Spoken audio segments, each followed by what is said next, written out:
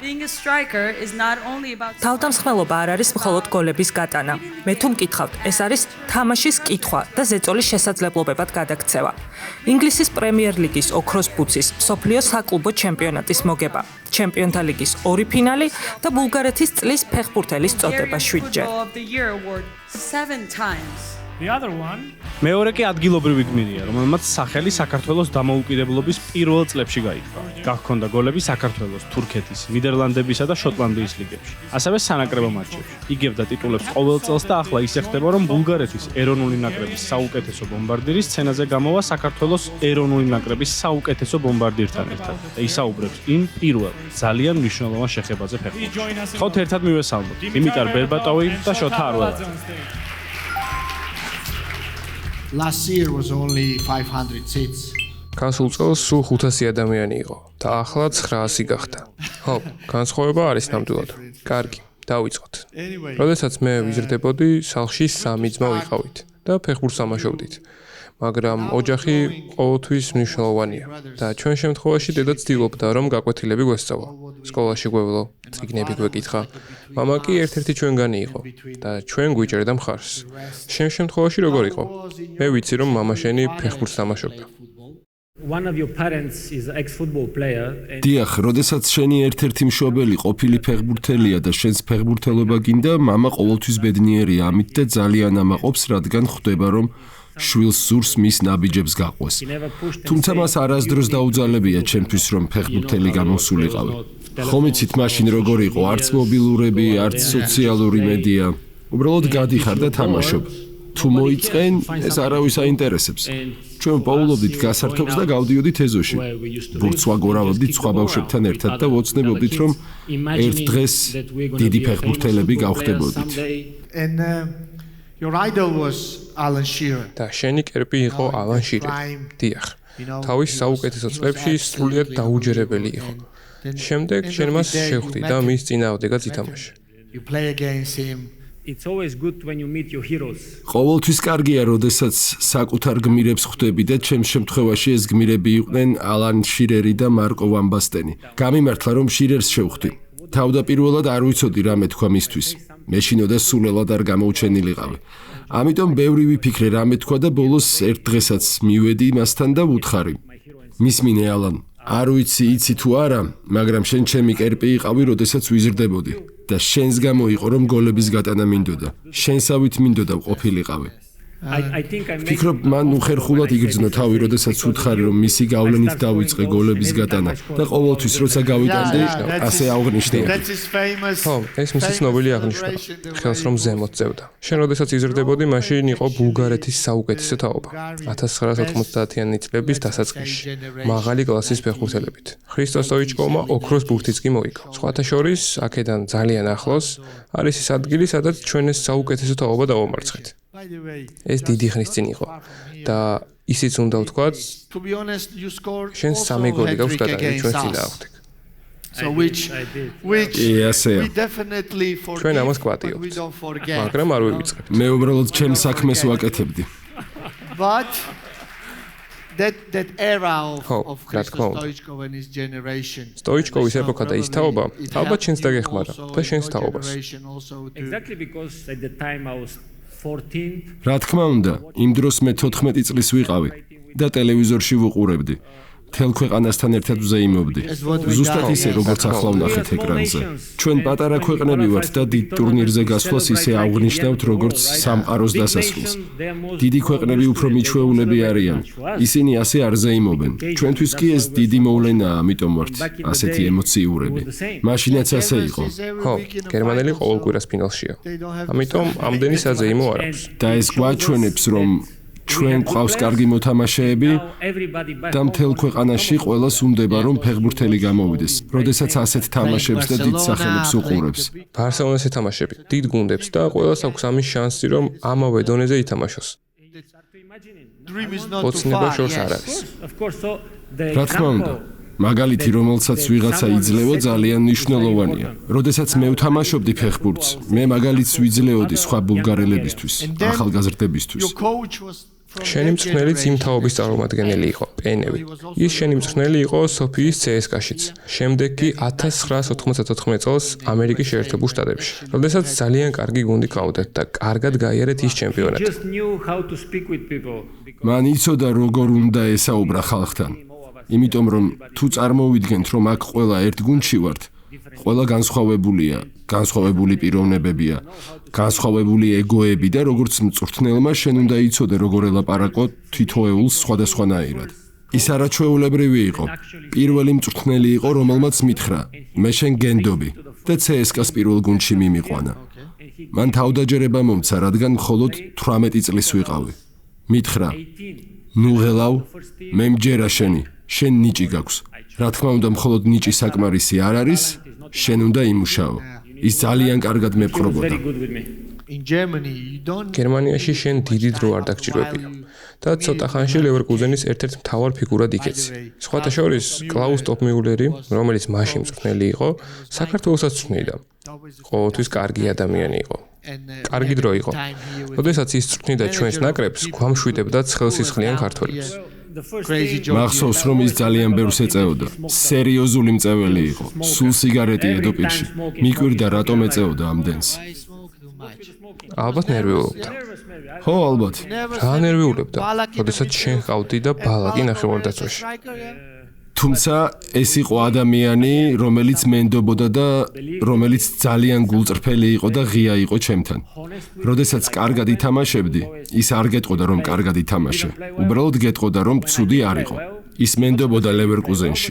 მან ნელ-ნელა გამაშინაურა პირველ გუნდთან. თუ ადამიანს ფეხბურთელობა უნდა, მე ვურჩევ ყველას რომ გერმანიაში წავიდეს. ბაიერ ლევერკუზენში. იმიტომ რომ ეს იყო ჩემი ცხოვრების საუკეთესო გადაწყვეტილება.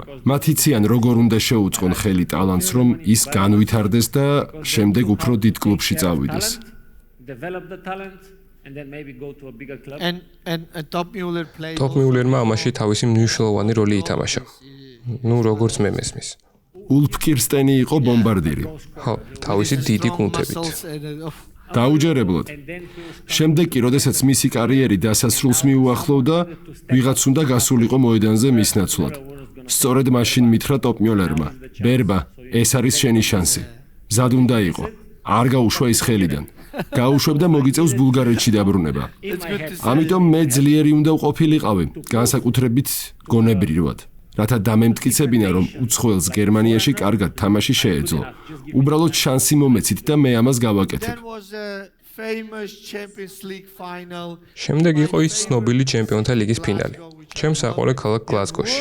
იყო რობერტო კარლოსის ყველაზე ცუდი ჩაწოდება მის კარიერაში, მაგრამ საუკეთესო დასრულება ზიზუსგან. შენ ალბათ 10-20 მეტრის მოშორებით იდექი. First, I didn't start the game. სასტარტოში არ ვიყავი, სათადარიგოთა სკამზე ვიჯექი და მე-40 წუთზე ტოპმიულერმა მითხრა: "წადი გახურდიო." 20 წლის ვიყავი. ვიჯექი იქ და ვფიქრობდი: ღმერთო, რეალ მადრიდი, რობერტო კარლოსით, ფერნანდო იეროთი, რაულით და დანარჩენი ფანტასტიკური ფეხბურთელებით. მე კი მოედანზე უნდა შევიდე. შენ მართალი ხარ? ეს იყო რობერტო კარლოსის ისტორიაში ყველაზე ცუდი ჩაწოდება. ხო, ასე ცუდად არასდროს ჩაუწოდებია. ბურთი ასე მოდის, მე კი სადღაც მოედნის ცენტრში ვარ და ვხედავ ზიზუს, რომელიც ასე აკეთებს. ემზადება დასარტყმელად და მე იმ წამსვე მივხვდი, რომ ეს გოლი იქნებოდა. ეს ალბათ იყო ყველაზე ლამაზი გოლი, რომელიც ჩემპიონთა ლიგის ფინალში მინახავს. დაუჯერებელი იყო. ვფიქრობდი, ღმერთო ჩემო, ტაში ხომ არ დაუკრა მეთქი, მაგრამ მე გამახსენდა, რომ ლევერკუზენში ვთამაშობდი. ფანტასტიკური. არსებობენ ფეხბურთელები, რომლებსაც ვერ შეიძულებ, მაგალითად ზიზუ. მე 19-20 წლის ვიყავი, თამაშამდე გვირაბში ერთად ვიყავით, ვუყურებდი რეალ მადრიდის გუნდს და გაოგნებული ვიყავი. რა თქმა უნდა, ეს ჩემთვის კარგი არ იყო, რადგან ასეთი მიდგომით საუკეთესოდ ვერ ვითამაშებდი, მაგრამ როდესაც ახალგაზრდა ხარ, სწორედ ასე ფიქრობ. როგორ უნდა უკრა ხელი ამას, ან როგორ უნდა გაუკეთო იმას ვარდნა. ეს შეუძლებელია. ეს ხომ ზიზუა. მე უბრალოდ უნდა ვუყურო როგორ თამაშობს ის. თუმცა შემდეგ როცა იზრდები, აზროვნებაც გეცვლება. გადიხარ მოედანზე და ვინც არ უნდა იყო, ზიზუ თუ კრისტიანო, მე უნდა დაგამარცხო. რა თქმა უნდა, თავარი მოედანზე კონკურენციაა და ამისთვის თამაშობ. შენ ახსენე, რომ გერმანიაში გამგზავრებისას გერმანული არ იცოდი, მაგრამ მე ვიცი, რომ ინგლისში წასვლამდე შენ ნათლიას უყურებდი, რომ ინგლისური გაგეუმჯობესებინა. მართალია ეს? კი, მართალია. მართალია. შენ ხმასაც ავარჯიშებდი.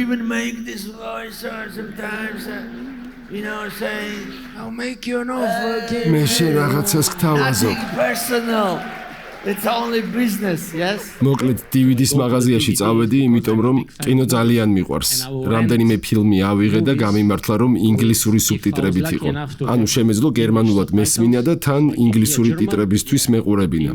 ასევე იყო ინგლისურენოვანი ფილმებიც. ასე ინგლისურს უკეთ ვისწავლიდი და გერმანულსაც, რადგან გერმანულად ლაპარაკი მესმოდა. ასე ვიმახსოვრებდი ფრაზებს. გარდა ამისა, ჟურნალებს ვყიდულობდი ინგლისურად, ვკითხულობდი და იქიდანაც ვიმახსოვრებდი სიტყვებს. ეს აჩვენებს, რომ როდესაც სკოლაში დადიხარ, ენები უნდა ისწავლო. ჩემ დროს სკოლაში უცხო ენები არ გქონდა, ამიტომ დამოუკიდებლად მომიწია ამის გაკეთება. დღესაც, როდესაც ინგლისურად ვლაპარაკობ, ზოგიერთ სიტყვასთან პრობლემა მაქვს. ჩემი აქცენტი ევროპულია, მაგრამ ვამაყობ, რომ ჩემი შვილები ჩვენთვის ადვილია, რადგან ყველაფერი გვესმის. ასე რომ, მადლობა მარტივი ინგლისურისთვის. ჩემი შვილები ინგლისურ სკოლაში დადიან და ჩემზე უკეთ საუბრობენ ინგლისურად. მათ აქცენტი არ აქვს. ამიტომ, როდესაც ჩვენ სხვა ქვეყანაში ინგლისურად ვლაპარაკობთ, მე მწვენია ლაპარაკის, როდესაც ჩემი შვილები საუბრობენ, რადგან სასაცილოდ ჟღერს ჩემი ინგლისური. ამ მსგავსების ამბავი მაშინ დაიწყო და შენ უყურებ ნათლიას და მოულოდნელად ხედავ ენდი გარსიას. ამ მსგავსების ამბავი მაშინ დაიწყო ინგლისში რომ გადავედი, როდესაც გრძელი თმა მქონდა მით უმეტეს. თუმცა ეს კარგი იყო, რადგან ეს ჩემი საყვარელი ფილმია. და შემდეგ იყო ლონდონი, პრემიერ ლიგა. ალბათ ნებისმიერი ფეხბურთელის ოცნება. ეს არის ცხოვრების სხვა სტილი, სხვა ლიგა. ისევ ადაპტირება უნდა მოახდინო ენასთან, ლიგასთან და ალბათ თამაშის სისწრაფეებთანაც. ერთ-ერთი მიზეზი, რატომაც წავედი ლონდონში და ტოტენჰემში, იყო მარტინ იოლი, რომელიც მწვრთნელი იყო. დიახ, მე მას კარგად ვიცნობ. ერთი სასაცილო ისტორიაა. ნამდვილი ამბავია. როდესაც პირველად მივედი მარტინის სანახავად ტოტენჰემის ოფისში, ცოტათი ნერვიულობდი, რადგან მენეჯერს უნდა შევხედროდი. როცა კაბინეტში შევედი, ის ასე იჯდა სავარძელში და როდესაც დამინახა, თუ არ იცით ვინ არის მარტინ იოლი, უნდა ნახოთ. ძალიან ცნობილი ჰოლანდიელი მწვრთნელი. ის მაღალია ჩემსავით, მაგრამ ძალიან დაკუნთული. ხო, ძიმე ტიპია. მოკლედ ასე იჯდა და როდესაც დამინახა, ასეთი ხმით მითხრა. ბერბა, ჩემო ბიჭო. და მე გავიფიქრე, რა ხდება, ნათლიაში ვარ? ესე იგი, კარგად მოემზადე. კარგია, ეგ ფილმი რომ ნახე. ეს დაუჯერებელი იყო. და გარდა ამისა, მან გამახსენა ჩემი ბაბუა, რომელსაც ზუსტად ასეთი აღნაგობა ჰქონდა, თავის ფორმაც იგივე და როცა დაილაპარაკა, მივხვდი, რომ სწორი გადაწყვეტილება მივიღე. მოკლედ, თავიდანვე დამყარდა კონტაქტი და ალბათ 3 ან 4 თამაში დამჭირდა, რომ ბოლომდე შევგუებოდი ინგლისურ ფეხბურთს. ის განსხვავდება გერმანულისგან. ბურთი სწრაფად დაგორავს, სისწრაფე მეტია და ვარდნებიც მეტია. საჯებიც უფრო იძლევიან თამაშის საშუალებას. მცველები მაცივრებივით არიან, ძალიან ძლიერები. მე მაღალი ვიყავი, მაგრამ არა ასეთი ძლიერი, ამიტომ ჩემი რიტმი უნდა მეპოვა და ამისთვის 3-4 მატჩი დამჭირდა. როდესაც ვიპოვე, ძალიან ვისიამოვნე. განსაკუთრებით რობიკინთან ერთად. შეტევაში ბევრი გოლი გავიტანე და ეს სასიამოვნო იყო, რადგან ადამიანები შენს სანახავად მოდიან. რა თქმა უნდა, შედეგი მნიშვნელოვანია, რადგან სწორედ ასე იღებ ქულებს და ჩემპიონი ხდები, მაგრამ თუ ადამიანებსაც ვასიამოვნებთ გოლებით, ასისტებით, რათა აღფრთოვანდნენ და ტაში დაუკრან, ეს უფრო მნიშვნელოვანია და სწორედ ამის გაკეთებას ვცდილობდით. თუმცა მანამდე, დიახ, რა თქმა უნდა, აპლოდისმენტები. სანამ მანჩესტერ იუნაიტედზე გადავალ, ვერ ვიტყვი, რომ საქართველოში ბევრი გულშემატკივარი ხავს ტოტენჰემს. ნამდვილად არა. მაგრამ ჩვენ ყველას გვაინტერესებს, რა ჭირს ამ კლუბს. ასეთი დიდი, ფანტასტიკური კლუბია, ლონდონის შუაგულიდან, რომელზე უკეთეს ადგილს წარმატებისთვის უბრალოდ ვერ იპოვე. არ ვიცი, მწვრთნელები, მენეჯმენტი, ფეხბურთელებიც ახსენე. football players, you mentioned the names yourself. Yeah. Well, I can say that I won a trophy with. მე შემიძლია ვთქვა ტოტენჰემთან მაქვს მოგებული ტიტული 2008 წელს აუწიეთ თასი. ზოგჯერ ფეხბურთი ასეთია. ალბათ, როდესაც ტიტულს იგებ ან რამეს ცხოვრებაში, შემდეგ ამ წარმატებაზე უნდა ააგოს შემდეგი ნაბიჯები. არ დაკმაყოფილდე მხოლოდ ერთი მოგებით, ერთი ტიტულით, ან ერთი ნაბიჯით. ალბათ, წყურვილი უნდა გქონდეს მეტის მიღწევის. სპურსმა ალბათ ხელიდან გაუშვა შანსი, რომ იმ 2008 წლის ტიტულზე აეგო შემდგომი წარმატებები, რადგან ეს დიდი წარმატება იყო. ალბათ ისინი ფიქრობდნენ, რომ საქმე გაკეთდა. ხო, ალბათ, მაგრამ ნამდვილი გამარჯვებულები, დიდი გუნდები მალე ივიწყებენ. ამბობენ, კარგი, ეს მოვიგეთ და 5 წუთში მომდევნო წარმატებაზე იწყებენ ფიქრს. 5 minutes later, let's go for the next It's one. actually very smart answer. ეს ძალიან ჭკვიანური პასუხია. შემდეგ შენ მანჩესტერში გადახვედი. I come from Bulgaria. მე ბულგარეთიდან ვარ. ჩვენ პატარა ქვეყანა ვართ. არ ვართ ინგლისის, იტალიის, გერმანიის მსგავსი ქვეყანა. ამიტომ ჩემთვის იქ წასვლა დიდებული მომენტი იყო. ეს იყო ჩემი ცხოვრების მთავარი მიღწევა, რომლისთვისაც რა თქმა უნდა ბევრი ვიმუშავე. მინდოდა იქ წასვლა. უბრალოდ არ ვიჯექი და არ ლოცულობდი, რომ ეს მომხდარიყო. ვიმუშავე საკუთარ თავზე, მივაღწიე მწვერვალამდე და როდესაც შევედი გასახდელში და დავინახე რონალდო, რუნი, ფერდინანდი, დანარჩენები, All And you these. can stop here. ხო, საკმარისია. გასაგებია ყველაფერი. I was a bit ცოტათი შემეშინდა, რადგან მათ ტრებლი ჰქონდათ ახალი მოგებული. შენ ადვილად გესმის შოტლანდიური? And Scottish. პრობლემა არ მქონია. ზოგჯერ რთული იყო, როდესაც სერ ალექსის სწრაფად საუბრობდა. მაშინ ძალიან კონცენტრირებული უნდა ყოფილიყავი, რომ ყველაფერი გაგეგო. მაგრამ ცოტა ხანში ეჩვევი და პრობლემა აღარ გაქვს. მოკლედ, ამ გამარჯვებულებით სავსე გასახდელში წესები უნდა გცოდნო და ძლიერი უნდა ყოფილიყავი. მე ყოველთვის ვეუბნები ახალგაზრდებს ბულგარეთში, რომ იმედია ისინი ერთ დღეს დიდ გუნდში წავლენ, მაგრამ როდესაც იქ იქნებიან, უნდა იცოდნენ, რომ იქაურობა სავსეა ეგოებით. ყველა თulis, რომ საუკეთესოა. ყველა ისე დადის, როგორც მსოფლიოს ჩემპიონი. ამიტომ უნდა იცოდე, რომ ძლიერი უნდა იყო. თავი დაიჭირო, რადგან შენს პროვოცირებას შეეცდებიან. ისე გამოგცდიან განსაკუთრებით ვარჯიშის დროს. როდესაც პირველად მივედი ვარჯიშზე, ჩემს ერთ ყურთან ახლოს ვიდიჩი სუნთქავდა, მეორესთან კი ფერდინანდი. ვფიქრობდი, რომ უნდა დამემტკიცებინა, რომ თავშეკავებული ვარ. თუ ამას არ გააკეთებ, პატივისცემას ვერ დაიმსახურებ. მერწმუნეთ. ამიტომ ვამბობ, რომ გამოცდას მოგიწყობენ და მეც მომიწყეს გამოცდა. მე მინდოდა მეჩვენებინა, რომ ბევრს მუშაობ, პატივს გცემთ ყველას, მაგრამ მეც აქაური ვარ. მეც ამ გუნდის ნაწილი ვარ. თქვენნაირი გამარჯვებული ვარ და ამ პროცესში, როდესაც ასეთ გარემოში ხარ, თუ სწავლა გინდა, ვერავინ შეგაჩერებს. ისწავლი და შენს გამარჯვებული გახდები. You will learn and you become a winner.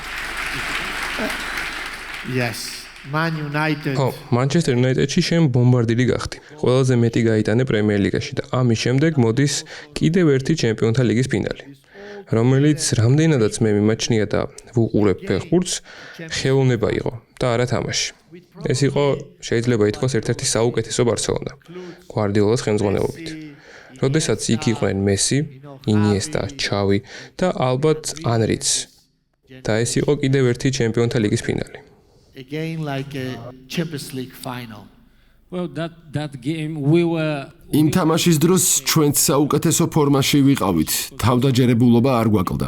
ვიცოდით, რომ ბარსელონას ვეთამაშებოდით, მაგრამ ისიც გვესმოდა, რომ მათი დამარცხება შეგვეძლო, თუმცა ზოგჯერ ცხოვრებაში სხვანაირად ხდება. ეს იყო ყველა დროის საუკეთესო ბარსელონა მესისთან ერთად, რა თქმა უნდა, მაგრამ ასევე იყო ჩავი, ინიესტა, ბუსკეტსი ნახევარდაცვაში, რაც ამ გუნდს კიდევ უფრო ძლიერს ხდიდა. პირველ 10 წუთში ჩვენ ცოტა არ გაგვიმართლა, ძალიან დიდი უპირატესობა და გატანის შანსებიც გვქონდა, მაგრამ ვერ გავიტანეთ. და შემდეგ, როდესაც თამაში გაგრძელდა, ბარსელონა უკეთესი გახდა და ჩვენც ძალიან გვიჭირდა მათთვის ბურთის ართმევა. რა თქმა უნდა, მე დავიწყე. ხო, ეგ პრობლემა ყველას ჰქონდა. ხო, ისინი ბურთს იგდებენ ხელში და ათამაშებენ. შენ კი მოედანზე ხარ და ბურთს ვერ იღებ. უბრალოდ უყურებ ბურთის მოძრაობას და ამაზე უარესი არაფერია მოთამაშისთვის, რომ ბურთს სდიოს. ამ დროს იღლები, ბრაზდები და თამაშის სურვილი გეკარგება. თუ ჭკვიანი ხარ, კარგად იცი როგორ უნდა გააკეთო ეს და ბარსელონას ძალიან ჭკვიანი ფეხბურთელები ჰყავდა, რა თქმა უნდა, მესის მეთაურობით. ის ყველაფერს აკონტროლებდა. ჩვენ კი შანსები პირველ 10 წუთში გქონდა რომ დაგვემარცხებინა ისინი, მაგრამ ამის შემდეგ მათ ძალიან ჭკვიანურად ითამაშეს და იცოდნენ როგორ უნდა გაეკონტროლებინათ ბურთი და გოლები გაეტანათ. But after that, I think they were very smart and intelligent, and they knew how to control the ball, the game, and to score the goals. You bring goals. A lot შენ ბევრი გოლი გაიტანე გუნდში, რომელსაც ადრე ჰყავდა დიდი ვარსკვლავები, როგორიცაა ვან ნისტელროი, კოული, კანტონა და ბევრი სხვა. შემდეგ შენ ლიგის საუკეთესო ბომბარდირი გახდი, პრემიერ ლიგის ბომბარდირი და კიდევ იყო ერთი ჩემპიონთა ლიგის ფინალი. არ ვიცი, რას ფიქრობდა სერ ალექს ფერგუსონი. მე ვიცი, რა თქვა მან მოგვიანებით და ეს ნახსენებია შენი ავტობიოგრაფიის პირველ გვერდზე. ის ამბობს რამხელა შეცდომა დაუშვა. არ ვიცი, როგორ მოხდა რომ ლიგის საუკეთესო ბომბარდირი, გუნდის საუკეთესო ფეხბურთელი შეიძლება გკითხეს, თავს გრძნობ თუ არა კარგად. მაგრამ როგორ მოხდა რომ შენ სათადარიგოთა სკამზეც კი არ იყავი. ზოგიერთი ტელევიზორშიც კი ვერ ხედავს. ეს იმის დასტურია, რომ ზოგჯერ ცხოვრებაში ბედნიერი დასასრული არ არსებობს. სამწუხაროდ. ეს უნდა იცოდე და სწორედ ასეთი იყო ჩემი მესამე ჩემპიონთა ლიგის ფინალი. ზუსტად ზოგიერთ ფეხბურთელს არასდროს ეძლევა ჩემპიონთა ლიგაზე ერთხელ თამაშის საშუალებაც კი. მე კი სამჯერ მომეცა ამის საშუალება, მაგრამ ვერც ერთხელ ვერ მოვიგე. ამ კონკრეტულ შემთხვევაში ჩემთვის ეს ძალიან მძიმე იყო, რადგან დიახ, მე კარგად ვთამაშობდი, ძალიან თავდაჯერებული ვიყავი, იმიტომ რომ ბევრი გოლი გამქონდა და შემდეგ მოულოდნელად ცხოვრება ასე ტრიალდება და ყველაფერი სრულდება. And everything is finished. But you remember that probably they მაგრამ შენ ალბათ გახსოვს ის დღე და წამი თამაშის წინ. წარმომიდგენია როგორ ემზადები ვარჯიშის შემდეგ, როგორ ამზადებ ბუცებს და ფიქრობ გამგზავრებაზე ბერლინში. თუ არ ვწდები, თუ ლონდონში. უემბლი იყო, უემბლი. Back home, then you have to fly. შემდეგ შენ მიფრინავ და მე არ ვიცი როგორ იყო თქვენთან. ჩემ დროს ზოგჯერ გასახდელში აკრავდნენ გასამგზავრებელი ფეხბურთელების სიას, 22 კაციანს. და ზოგიერთი ფეხბურთელი არც კი უყურებდა ამ სიას. ალბათ არ ჩვენ შეგიხედავს. You probably never looked no, at the list. we travel all together. ჩვენ ყველა ერთად მივფრინავდით და რა თქმა უნდა, ყველაფერი მახსოვს, იმიტომ რომ ეს იყო ძალიან მძიმე მომენტი ჩემ ცხოვრებაში. ზოგჯერ მძიმე მომენტები გახსოვს, ზოგჯერ მათ წაშლას ცდილობ მეხსიერებიდან და ზოგჯერ ეს მძიმე მომენტები უფრო გაძლიერებს მომავლისთვის. მახსოვს რა თქმა უნდა, რადგან ძალიან თავდაჯერებული ვიყავი. გვირაბში გავდიოდი გასახდელისკენ და ჩემს საყვარელ მუსიკას ვუსმენდი, როგორც სხვა ფეხბურთელები. და დავინახე ალექს ფერგუსონი მოდიოდა თავისი კაბინეტიდან უემბლიში. დამიძახა, ბერბა მოდი აქ, უნდა დაგელაპარაკო. მე ვიფიქრე რომ სასტარტოში ვიყავი და გამიხარდა. შემდეგ მან მითხრა, დაჯექიო და ჩვენ ორივე დავსხედით. ერთმანეთს ვუყურებდით და მან მითხრა, არ ვიცი ეს როგორ გითხრა, ძალიან რთულია ჩემთვის, მაგრამ შენ სასტარტოში არ ახარო. იმ დროს 18 იჭდა სათადარიგო, თუ 16. ფიქრობ ალბათ 16 იყო, არ მახსოვს. მაგრამ მაშინ ვიფიქრე, კარგი სასტარტოში არ ვარ, არა უშავს, მაგრამ შემდეგ მან მითხრა, შენ გუნდში არ ხარ, სკამზეც არ ხარ. ეს იყო მომენტი, რომელთან შეგუებაც ძალიან გამიჭირდა, რადგან საუკეთესო სეზონი მქონდა. ჩემპიონები გავხდით. ბომბარდირი გავხდი და სიამოვნებას ვიღებდი თამაშისგან. მაგრამ ახლა ვერაფერს ვიზამდი, რადგან შემადგენლობა უკვე გადაწყვეტილი იყო. ვერაფერს შევცვლიდი, ვერ გადავაფიქრებინებდი მწვრთნელს. ისიც ვეღარაფერს შეცვლიდა. ამიტომ ვიჯექი და ვფიქრობდი, რატომ. რა თქმა უნდა, მიზეზი მაინტერესებდა, მაგრამ ზოგჯერ დროც არ არის ხოლმე. ხო, დრო არ არის. თამაში მოდის, მწვრთნელს ფიქრი სჭირდება სხვა ფეხბურთელებზე, როგორ უნდა მიუდგეს თამაშს. მოკლედ, ეს მძიმე მომენტი იყო. რთული მომენტი ჩემთვის, რა თქმა უნდა, მაგრამ ალბათ ყველას ქონია მსგავსი მომენტები ცხოვრებაში. ალბათ მომავალშიც მელის მსგავსი და ამას უნდა შეეგუო. რთულია, მაგრამ უნდა იცოდე როგორ გადაიტანო ეს, დარჩე ძლიერი. რა თქმა უნდა, მე გაბრაზებული ვიყავი, გაწმილებული, ტირილი მინდოდა, იმიტომ რომ ჩემი ოჯახი მოდიოდა სტადიონზე, მაგრამ ზოგჯერ ცხოვრება ასეთია, სამწუხაროდ. და ამის შემდეგ მე ვუყურე თამაშს გასახდელიდან. ჩვენ ისევ წავაგეთ ბარსელონასთან, ვერ მოუგეთ და შემდეგ უკვე შეგუებას იწყებ. წინ იყურები. You start to accept it and to move forward and start to How it react on you, how you როგორ იმოქმედა ამან შენზე? that night როგორ გამოხვედი აქედან? გონია რომ იმ ღამეს ყველაფერი ერთად მოხდა. შენი ოჯახი იქ იყო და შენ ალბათ თქვი რომ კარგი, ეს უკვე წარსულია. გუშინდელი დღეა და ახლა ისევ ფეხზე უნდა წამოვდგე. წინ იყურო. როგორ შეგცვალა ამან? ამ გადაწყვეტილებამ. Changed after that decision actually how it I just wanted to stay strong in my head and მე უბრალოდ მინდოდა რომ ძლიერი ვყოფილიყავი და ისევ დამეწყო თამაში. რაც შეიძლება მალე, რადგან ჩემი გუნდი თამაშობდა. როდესაც მოედანზე ვიყავი, სხვა არაფერზე ვფიქრობდი, ეს ჩემი პროფესია იყო, ეს იყო ჩემი სიყვარული და სიხარული. როდესაც მოედანზე ვარ, ყველაფერს ვივიწყებ. ასე რომ მინდოდა ისევ მოედანზე ვყოფილიყავი და გოლების გატანა გამეგრძელებინა. გულშემატკივრები გამეხარებინა და ყველაფერი გამეკეთებინა, რომ ცუდი ემოციები დამევიწყებინა. მოგვიანებით ცხოვრებაში, როდესაც უკან იყურები, ჩემ შემთხვევაში ვცდილობ გავიგო ის გადაწყვეტილება. როდესაც მწვრთნელი ხარ, რთულ გადაწყვეტილებებს იღებ. ხომ იცი როგორც არის? ხო, მეც გამომივლია ეს. უმეტეს შემთხვევაში მოთამაშეები გაწმილებულები და გაბრაზებულები არიან. შეიძლება ჩხუბი მოუნდეთ ან ვინმე სცემა, რადგან გადაწყვეტილება არ მოეწონათ და როდესაც შენ მწვრთნელი ხარ, ყველაფერი სხვანაირად არის. შენ 20 ფეხბურთელზე ფიქრობ, ფეხბურთელი კი მხოლოდ საკუთარ თავზე. ამიტომ ვცდილობდი პასუხები მეპოვნა. ვფიქრობდი, რომ გუნდში სხვა ფეხბურთელები იყვნენ, რომლებიც უკეთ ითამაშებდნენ ვიდრე მე. თუმცა მწვრთნელის გადაწყვეტილებას მაინც არ ვეთანხმებოდი. ვიმსახურებდი იმ მატჩში მონაწილეობას, იმიტომ რომ ბევრი გოლი გამქონდა და ჩემი თავდაჯერებულობის დონე ისეთი მაღალი იყო, რომ მოედინის ცენტრიდან შემეძლო გოლის გატანა. from the halfway line I was going to score. Premier League not many players come პრემიერ ლიგის ბომბარდირობას ბევრი ვერ ახერხებს. მაგრამ მისმინე, ეს ასე არის. ხო, ცხოვრება ასეთია. ეს უკვე წარსულია. ყველას აქვს რთული მომენტები და ეს არის ჩემი კარიერის ის მომენტი, რომელიც რთული იყო, მაგრამ ის მოხდა. შენ მას უნდა შეეგუო, დროს უკან ვერ დააბრუნებ, ვერ შეცვლი ვერაფერს, უნდა მიიღო რეალობა და წინიარო. One question which probably people ask to most of the strikers. ერთი კარგი შეკითხვა, რომელსაც ალბათ ადამიანები უსვამენ თავდასხმელებს, არის შემდეგი. ამას ვარჯიში დავითარებ და აღწევ, რომ საჭირო ადგილას იყო, თუ ეს უბრალოდ არის თვისება და ცოდნა. როგორ უნდა შეეხო ბურთს? შენი აზრით, რა არის ყველაზე მნიშვნელოვანი? This is the most important. Well, I think ფიქრობ, ჩვენ ვსაუბრობთ მატჩის ტექნიკურ ასპექტებზე. თავდაპირველად უნდა გქონდეს ტალანტი, გარკვეული ტექნიკური უნარები, შემდეგ კი ის იმის მიხედვით თუ რამდენი პროცენტია შენი ტექნიკური უნარები, უნდა ეცადო რომ გააუმჯობესო ისინი. ჩემ შემთხვევაში, როდესაც პატარა ბიჭი ვიყავი, ერთ სავარჯიშოს ვაკეთებდი. ავაგდებდი ბურთს ჰაერში და შემდეგ ვცდილობდი ის ფეხით დამეჭირა. ავაგდებდი, დავიჭერდი. ავაგდებდი, დავიჭერდი. არ ვიცი რატომ ვაკეთებდი ამას. არავის უთქვამს რომ ასე მექნა. არც მამა ჩემს უსწავლებია. უბრალოდ ინტუიცია მეუბნებოდა რომ ასე უნდა გამეკეთებინა. ამეგდო ბურთი და ფეხით გამეჩერებინა. ამ მარტივმა სავარჯიშომ მასწავლა როგორ უნდა მეკონტროლებინა ბურთი, როგორ უნდა შევხებოდი მას.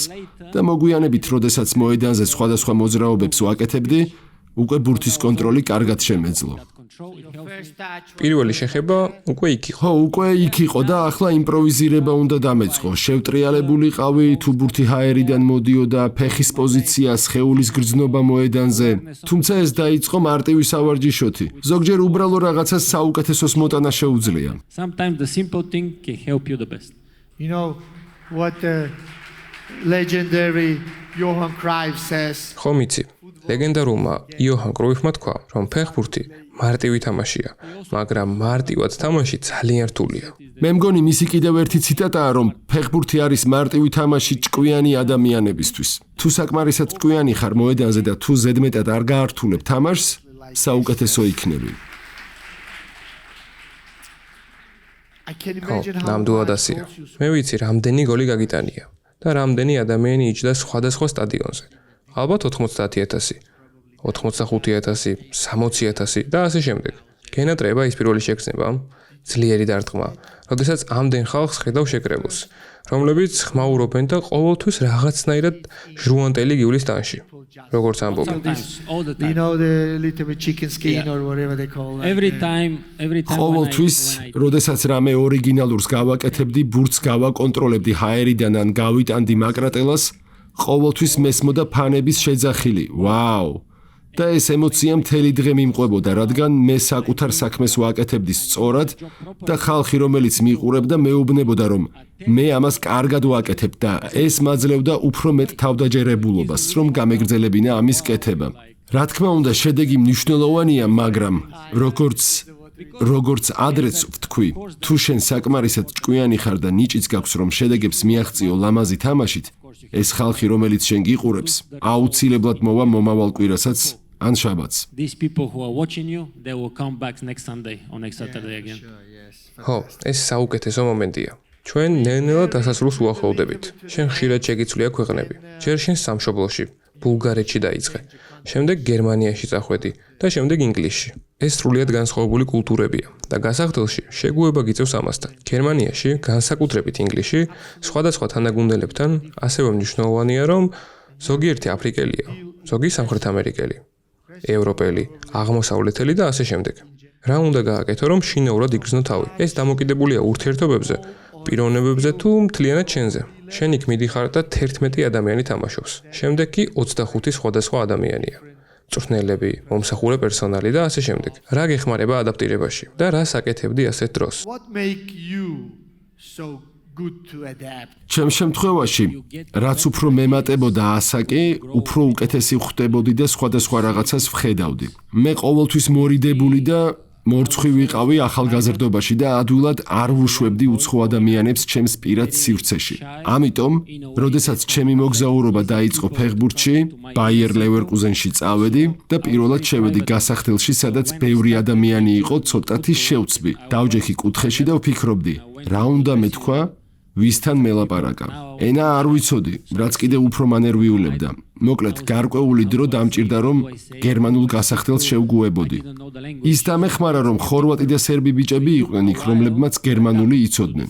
მე ხორვატული ვიცი, სერბული და მაკედონიურიც, რადგან ეს ქვეყნები ბულგარეთთან ახლოს არიან. ამიტომ ეს ძალიან დამეხმარა ადაპტირებაში და როდესაც ტოტენჰემში წავედი, უკვე გაცილებით მომწიფებული ვიყავი. მეტი თავდაჯერებულობა მქონდა. ვიცოდი, რომ რადგან ჩემში ფული გადაიხადეს, ესე იგი ჩემი სჯეროდათ. ახლა უკვე უფრო თავდაჯერებული ვიყავი, მაგრამ მაინც თავშეკავებული. ბევრს არ ვლაპარაკობდი, უბრალოდ ვუსმენდი და თუ რამე დამაინტერესებდა ვიკითხავდი. შემდეგ, როდესაც იუნაიტედში წავედი, განსხვავებული სიტუაცია იყო, რადგან კიდევ უფრო მეტი თავდაჯერება მქონდა. თუმცა შევედი გასახდელში, სადაც ამდენი გამარჯვებული იყო. ინგლისის ჩემპიონები ჩემგან განსხვავებით. ეს კი დამთრგუნველია. და როდესაც იქ შევედი, ვფიქრობდი, გიგსი, სკოულსი, რონალდო, ინგლისის ჩემპიონები, ჩემპიონთა ლიგის გამარჯვებულები. მეც მომიგია ტოტენჰემთან ერთად ლიგის თასი, მაგრამ ეს იგივე არ არის. ზოგჯერ საკუთარი ადგილის პოვნა მჭირდებოდა, რომ საკუთარი თავი გამომეცადა, როგორც ადრეც ვისაუბრეთ მოედანზე, იმიტომ რომ იუნაიტედის გასახდელში ყველაზე მნიშვნელოვანი ის იყო, თუ რას აკეთებდი მოედანზე. სწორედ იქ იღებ შედეგს. და როდესაც პატივისცემას და შედეგს გრძნობ გასახდელში, უფრო ადვილად გიღებენ თანაგუნდელები. ხოლო როგორც კი მიგიღებენ, უფრო ადვილია შეკითხვების დასმა, მოსმენა ან თუნდაც ჩუმად ჯდომა, თუ არავის შეწუხება არ გინდა. ყველა განსხვავებულია და მე უფრო ჩაკეტილი ვიყავი. მე მყავდა კოლეგები, რომლებიც პირდაპირები იყვნენ. შემოდიოდნენ გასახდელში, ყველას ესალმებოდნენ, ეხუტებოდნენ, კოცნიდნენ, სახლში გრძნობდნენ თავს. ჩემთვის კი ეს უფრო ნელი პროცესი იყო. ხო, ეს მე ვიყავი. მე არავის როლს არ ვთამაშობდი, არავის ვბაძავდი. ეს მე ვიყავი და მინდოდა გზადაგზა მესწავლა. მინდოდა შემეცვალა ორიოდე რამ იმასთან დაკავშირებით, როგორ ვუყურებდი ფეხბურთს და ცხოვრებას. ახლა მე მასწავლებლებად გამარჯვებულები მყავდა და მეც მინდოდა გამარჯვებული ყოფილიყავი. თუმცა ნამდვილი. ანუ ეს არ იყო ყალბი. ამიტომ ახალ გარემოს უნდა შევგუებოდი, რომელიც შემცვლიდა, გამარჯვებულად მაქცევდა და არა პირიქით. თუ მე წავალ გამარჯვებულებით სავსე ადგილას და მათ შეცვლას შევეცდები, ეს სულელური რამ იქნება, რა თქმა უნდა. მე უნდა შევცვლილიყავი, რომ გამარჯვებული გამختارიყავი. Looks like a final question from me. და ჩემი ბოლო შეკითხვა, რომლის პასუხიც მე ვიცი და მე იოლ შემიძლია პასუხის გაცემა. შენს გარეშეც. მაგრამ შეკითხვა ასეთია. ხედავ თუ არა საკუთარ თავს დღეს ისევ 9 ნომერ ბერბად. რომელ დონეზე ხედავ საკუთარ თავს? აი მე ვიტყოდი, რომ ეს ისევ მანჩესტერ იუნაიტედი იქნებოდა.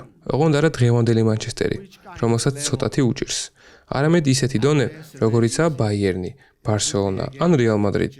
შენი ტიპის თავდასხმას ხედავ, ჭკვიან ბომბარდირს. შენ ძლიერი 9 ნომერი იყავი, რომელსაც შეეძლო ის, რაც სხვას არავის შეეძლო. მეც კარგი თავდასხმელი ვიყავი. კი, ნამდვილად იყავი. მე ვიცი, რას როგორ აკეთებს თავდამსხმელი. შენ 15 მეტრით უკან იხევდი და ეს ჩვეულებრივი მოვლენა არ იყო. შენ ამას აკეთებდი იმიტომ, რომ თამაშს გრძნობდი. სად ხედავ საკუთარ თავს ახლა? მე გხედავ ისე უმაღლეს დონეზე. ნებისმიერი დიდი კლუბი გადაიხდიდა შენში 125 მილიონს. მაგრამ როდესაც დღევანდელ დონეს და დღევანდელ 9 ნომერს უყურებ, რას ამბობ? სად ხედავ საკუთარ თავს? ახლა რომ თამაშობდე? ფეხბურთი შეიცვალა იმ დროის შემდეგ. ახლა ის უფრო ათლეტურია, სწრაფი, ძალისმიერი. ბევრი ფეხბურთელი არ ფიქრობს სუფთა ტექნიკურ მხარეზე და მაყურებლის გართობაზე. დიახ, არის 1-2 ფეხბურთელი ასეთი, რომლის გამოც ტელევიზორს რთავ და სტადიონზე მიდიხარ. ისინი ზოგჯერ ბურთს ვერ აჩერებენ. ამას გულისხმობ. ზოგჯერ მოედანზე ათლეტები არიან, მაგრამ დღეს ასეთია ფეხბურთი და მე რომ თამაშობდე დღეს, უფრო გამიჭირდებოდა ასეთ თამაშთან შეგუება. როდესაც ვამბობ გამიჭირდებოდა, ვგულისხმობ, რომ მწვრთნელები სხვანაირად მიუდგებოდნენ, სხვა მხრიდან, უფრო ფიზიკური მხარეა მნიშვნელოვანი. ამიტომ მთავარი ხდება ქულების მოპოვება. ადრე ტოტენჰემში ანგარიშები იყო 6-2, 7-4, 5-4 და მსგავსი, სადაც ხალხს ართობ. ახლა სხვანაირი მდგომარეობაა, მაგრამ ეს არის ფეხბურთი და ის ვითარდება. ჩვენ ვცდილობთ მასთან ერთად განვითარებას და გვერდიდან ვუყურებთ. მე გამიმართლა, რადგან იმ ეპოქაში ვითამაშე, სადაც ტექნიკური უნარები ძალიან კარგი იყო. მე ჭკვიანი მოთამაშე ვიყავი, კითხულობდი თამაშს, ჩემ მომენტს ველოდი. ეს ჩემთვის ჭადრაკივით იყო. მოედანს ვუყურებდი, რომ მენახა სად იყო ჩემი ოპონენტი. სად წავიდოდა ის. თუ სწრაფ მცველთან თამაშობდი, ჩემი თამაში უნდა მიმესადაგებინა მისთვის. უნდა მეფიქრა, რას გააკეთებდა ის, ვკითხულობდი თამაშს, უნდა მცოდნო და რას გავაკეთებდი ბურთით, როცა ბურთი მომივიდოდა. უკან დავიხევდი, რომ ბურთი მიმეღო. ამას ვაკეთებდი იმიტომ, რომ ვიცოდი ბურთთან კარგად ვიყავი. კარგი პირველი შეხება მქონდა და კარგად უნდა წარმოვჩენილიყავი. ჩემი თანაგუნდელებიც კარგად წარმომეჩინა, რადგან როცა ბურთს მივიღებ, შენ მოგცემ თუ უკეთეს პოზიციაში ხარ. სულ ვეუბნები ხალხს, რომ 9 ნომერი მე არ გამომიგონია, მაგრამ როდესაც უკან ვიხევდი ტოტენჰემში, სხვებისთვის ათავისუფლებდი ადგილს. ზუსტად და შემდეგ თუ გარშემო ჭკვიანი მოთამაშეები გყავს, როდესაც უკან იხევ, შენ მათ უთავისუფლებ ადგილს.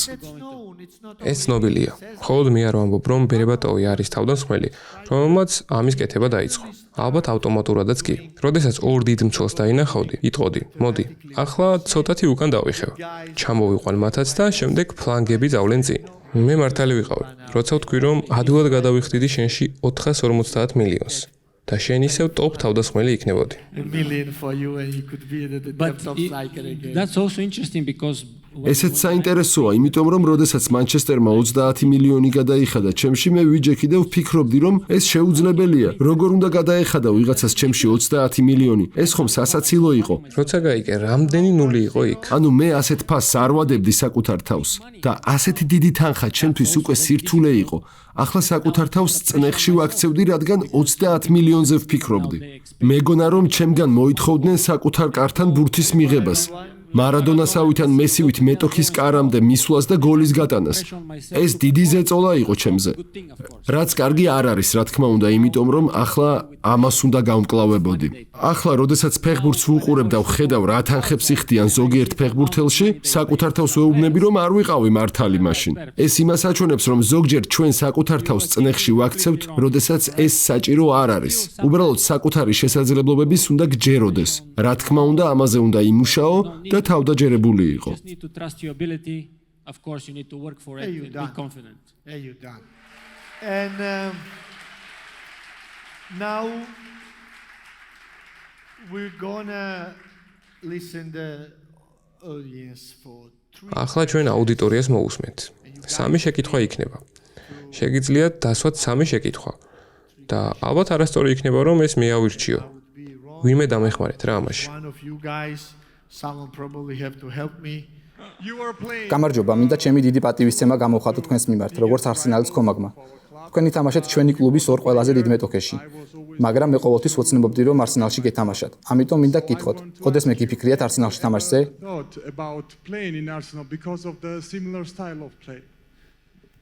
Well, first of all, პირველ რიგში დიდებული გამარჯვება იყო მადრიდის რეალთან. რეალ მადრიდს ყოველთვის შეუძლია სასწაულების მოხდენა, მაგრამ არსენალი მაინც იმსახურებს პატივისცემას. შეკითხვის საპასუხოდ გეტყვით, რომ ყოველთვის მომწონდა არსენალის წინააღმდეგ თამაში, რადგან ისინი ფეხბურთის თამაშს ცდილობდნენ. ისინი ფეხებში არ მირტყავდნენ, ხელს არ მკრავდნენ. ადამსი და კემპელიც No, I didn't play against. არა, მათ წინააღმდეგ არ მითამაშია, ისინი ჩემზე უფროსები არიან, მაგრამ იქ იყვნენ სხვა მოთამაშეებიც, რომელთა წინააღმდეგაც ვითამაშე. They wanted to. მათ უნდოდათ, რომ ჭკუით ეჯობნათ მეტოქისთვის. ეჩვენებინათ, რომ უფრო ჭკვიანები არიან მოედანზე. სწორედ ეს მომწონდა, მაგრამ პირველ თამაშებში, იმიტომ რომ მე მაღალი ვარ და შთაბეჭდილება იქნება, რომ ძლიერი არ ვარ, მაგრამ მერწმუნეთ, რომ მოედანზე ძალიან ძლიერი ვარ და ბურთს ადვილად ვერ წამართმევ. From me. So now, when I knew. ამიტომ, როდესაც ვიცოდი რა უნდოდათ, მათი ბულინგი დავიწყე. იდაყს ვიყენებდი, ველაპარაკებოდი მათ ჩემ ტექნიკურ უნარებს ვიყენებდი. I had my ანუ ჩემი თამაშის სხვა მხარე გამოვიყენე, რადგან ვიცოდი, რომ მათ ეს არ მოსწონდათ. They don't like that. ყოველთვის მათ წინ ვიდექი, ვიცოდი, რომ ცველი ჩემს უკან იდგა და ასე ვაკეთებდი. ან ასე ვაჩვენებდი, რომ აქ ვარ. და ზოგჯერ ეს შედეგებს იძლეოდა, ზოგჯერ კი არა. And it sometimes it pays off, sometimes it don't, but I like them because they play football. მაგრამ მე ისინი მომწონდა, რადგან ისინი ფეხბურთს თამაშობდნენ. მათ რიგებში თამაშის შანსი არ მქონია, რადგან მათ ეს არასდროს მოუთხოვიათ. მაგრამ პირველი დღიდან ლონდონში, როდესაც მივხვდი, რას ნიშნავს ეს მატჩი ტოტენჰემის გულშემატკივრებისთვის, 100%-ით მზად ვიყავი ყველა მატჩში. იმიტომ რომ მნიშვნელობა არ აქვს რომელ ადგილზე ხარ. თუ ტოტენჰემი არსენალს დაამარცხებს, იცი რომ ყველა ბედნიერია. ასე რომ მე მსიამოვნებდა მათ წინააღმდეგ თამაში. I enjoy to play against them. მეორე შეკითხვა. Sorry, I have a question here. Who is there? Yeah. I want to know. თქვენ ახსენეთ, რომ ბევრ წვრთნელთან გითამაშიათ. ახსენეთ ტოპ მიულერი. ტოტენჰემში 3 მენეჯერი გამოიცვალეთ, ასევე მონაკოში და ეროვნულ ნაკრებში და ასე შემდეგ. ისინი კარგი მწვრთნელები იყვნენ. ზოგიერთი საშუალო, ზოგი კარგი. და შემდეგ იყო ალექს ფერგიუსონი. როგორც მანჩესტერის გულშემატკივარს მაინტერესებს თქვენი მოსაზრება კონკრეტულად იმაზე, თუ რა გამოარჩევს ფერგიუსონს სხვებისგან. Why was he world class and why went out? Because he was Scottish. იმიტომ რომ ის შოტლანდიელი იყო. Scottish and შოტლანდიელებს დიდი ნებისყოფა აქვთ და ბევრს მუშაობენ, ნამდვილად ასეა. I can try. მე შევეცდები ამას უპასუხო, მაგრამ მომავალში თუ აქ პოლ სკოულსი გეყოლებათ ან გარი ნევილი, რომლებმაც მთელი ცხოვრება მანჩესტერ იუნაიტედში გაატარეს ფერგიუსონთან ერთად, ისინი უფრო უკეთეს პასუხს გაგცემენ ამაზე. Better answer than me. თუმცა იმ 4 წელიწადში, რაც მე იქ გავატარე, არის ის, რაც ადრეც ვთქვი. კერძოდ კი მისი უნარი, რომ თითოეულ ფეხბურთელს ელაპარაკოს განსხვავებულად. მნიშვნელობა არ აქვს ვინ ხარ, ის მოვა და დაგელაპარაკება პირისპირ. He will go to you, he will speak to you face to face, he will tell you. ის გეტყვის თუ კარგად თამაშობ, ან ცუდად და მოგეწონება ეს თუ არა, ეს შენი პრობლემაა. მან თავისი რეპუტაცია იმით მოიპოვა, რომ კარგად იცის რას აკეთებს. როდესაც მან ტიტულების მოგება დაიწყო, მე ალბათ 3 წლის ვიყავი ან სულაც არ ვიყავი დაბადებული. როდესაც მუდმივად იგებ ტიტულებს, უკვე რეპუტაცია გაქვს და მოთამაშეები პატივს გცემენ, რაც არ უნდა იყოს. იგივეა გვარდიოლასთან, რომელმაც ასევე ბევრი რამ მოიგო. თუ გვარდიოლა გეტყვის რაღაცას და სხვა მენეჯერიც გეტყვის იმავეს, მაგრამ ამ უკანასკნელს არაფერი მოუგია არასდროს, რომელს დაუჯერებ? გვარდიოლას. Final question, please. ბოლო შეკითხვა თუ შეიძლება. Probably ალბათ ვინმე იქიდან. yes. There. So, first of all, პირველ რიგში მინდა პირადად გადაგიხადოთ მადლობა ჰედრიკისთვის ლივერპულის წინააღმდეგ. hat-trick against the damn Scousers. You scored that. Applause. On a უფრო სერიოზულად რომ ვისაუბროთ, მინდა გკითხოთ კლაუს ტოპ მიულერზე, რადგან მას ქართულ ფეხბურთში დიდი ადგილი ეკავა. ჩვენი ეროვნული ნაკრების მწვრთნელი იყო და ასე ვთქვათ, დიდ ფეხბურთში თქვენი პირველი მწვრთნელი. manager of Georgian national. რა გავლენა მოახდინა მან თქვენზე? Well, except as I said before, I didn't like him smoking. გარდა იმისა, რაც ცოტა ხნის წინაც ვთქვი, ანუ მისი მწეველობა რომ არ მომწონდა, დანარჩენი ყველაფერი კარგი იყო, რადგან ნელა, მაგრამ მტკიცედ ის მამზადებდა ულ კირსტენისგან 9 ნომერი მაისურის მიღებისთვის. მაშინ ახალგაზრდა ვიყავი და თავდაჯერებულობა მჭირდებოდა, რათა მცოდნოდა რომ მომავალი მაქვს მის გუნდში. ამან მომცა სიმშვიდე, მაგრამ არ მოვდუნებულ ვარ, რადგან მწვრთნელი არ უნდა გამეწბილებინა, უნდა მეჩვენებინა რომ მზად ვარ, როდესაც ჩემი დრო მოვიდოდა. უბრალოდ შანსი მჭირდებოდა.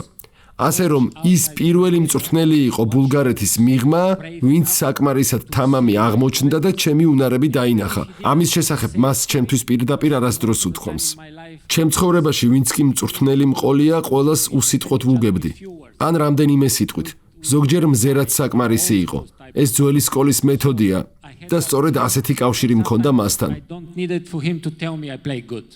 He just look at me, I look at him. I know what he's going to say. You don't need to say it. You know, this type მე არ მჭირდებოდა რომ მას ჩემთვის რამე ეთქვა, უბრალოდ შემხედავდა, მე შევხედავდი და საკმარისი იყო. ასეთ სიტუაციაში მე თავს კარგად ვგრძნობდი და ვთამაშობდი. ის პირველი მწვრთნელი იყო, რომელმაც ეს თავდაჯერება მომცა და მის შემდეგ, რა თქმა უნდა, იყო აუგენტალერი და სხვა მწვრთნელები, რომლებთანაც მიმუშავია, თუმცა ტოპ-მიოლერი იყო ის, ვინც სულ მეუბნებოდა. ბერბა, შენ არ ინერვიულო. შენ იქ იქნები. შეიძლება არ ითამაშო, მაგრამ მზად იქნები. და ეს ჩემზე დამამშვიდებლად მოქმედებდა, როცა ახალგაზრდა ვიყავი და უფრო თავდაჯერებული ვიყავი, როცა მწვრთნელი მენდობოდა. თუმცა მე მას სიგარეტისთვის თავი ვერ დავანებებინე. ეს ჩემი დიდი ამოცანა იყო, მაგრამ ვერ შევძელი. ალბათ ზოგჯერ როგორც ფეხბურთელები გათამამებულები ვართ. ზოგჯერ სწორად არ ვარჯიშობთ, ზოგჯერ ისე ვერ ვიქცევით, ზოგჯერ ისე ვიქცევით, თითქოს მსოფლიოს ჩემპიონები ვიყოთ, როცა არა ვართ. და სწორედ ამ დროს იღებს მწვრთნელი სტრესს და სიგარეტსაც ეწევა ბევრს. ალბათ ამის ბრალი იყო. Ladies and gentlemen, big applause, please.